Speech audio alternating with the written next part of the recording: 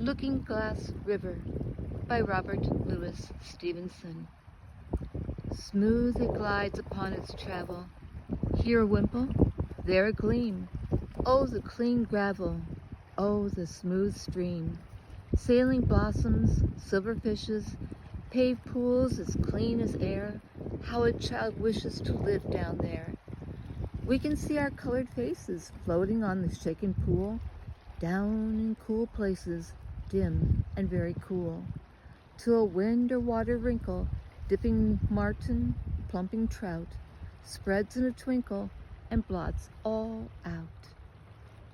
Looking Glass River by Robert Louis Stevenson. Read by Mary V., storyteller.